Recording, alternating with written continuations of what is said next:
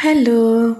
എനിക്കിന്നിവിടെ അടുത്തൊരു കുർബാന സ്വീകരണം ഉണ്ടായിരുന്നു. അപ്പം ഞങ്ങൾ ഫാമിലി ആയിട്ടാണ് പോകുന്നത്.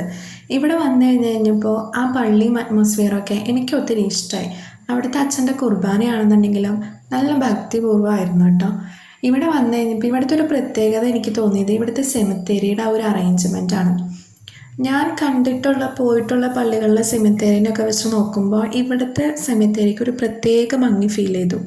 ആ ഒരു അസംബ്ലി ഓർഡറിലുള്ള ആ ഒരു അറേഞ്ച്മെൻറ്റും അവിടുത്തെ ഗ്രോട്ടോസ് അതുപോലെ അവിടെ എഴുതി വച്ചിരിക്കുന്ന ഓരോ കോട്ട്സ് എല്ലാം എന്താ നമുക്ക് നോക്കി നിൽക്കാൻ തോന്നും. ആർക്കാണെങ്കിലും കണ്ടു കഴിഞ്ഞ് കഴിയുമ്പോൾ ഒരു ഹായ് എന്ന് പറയാതെ നമുക്കവിടെ നിന്ന് പോരാൻ തോന്നില്ല.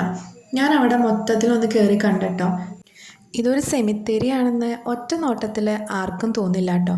ഉള്ളിലേക്ക് കയറി ശ്രദ്ധിച്ച് നോക്കിയാലാണ് ഇതൊരു സെമിത്തേരി ആണെന്ന് തോന്നുള്ളൂ. ഞാനിത് മുഴുവനായിട്ട് കണ്ട് ഒന്ന് പ്രാർത്ഥിച്ചിട്ട് വരാം.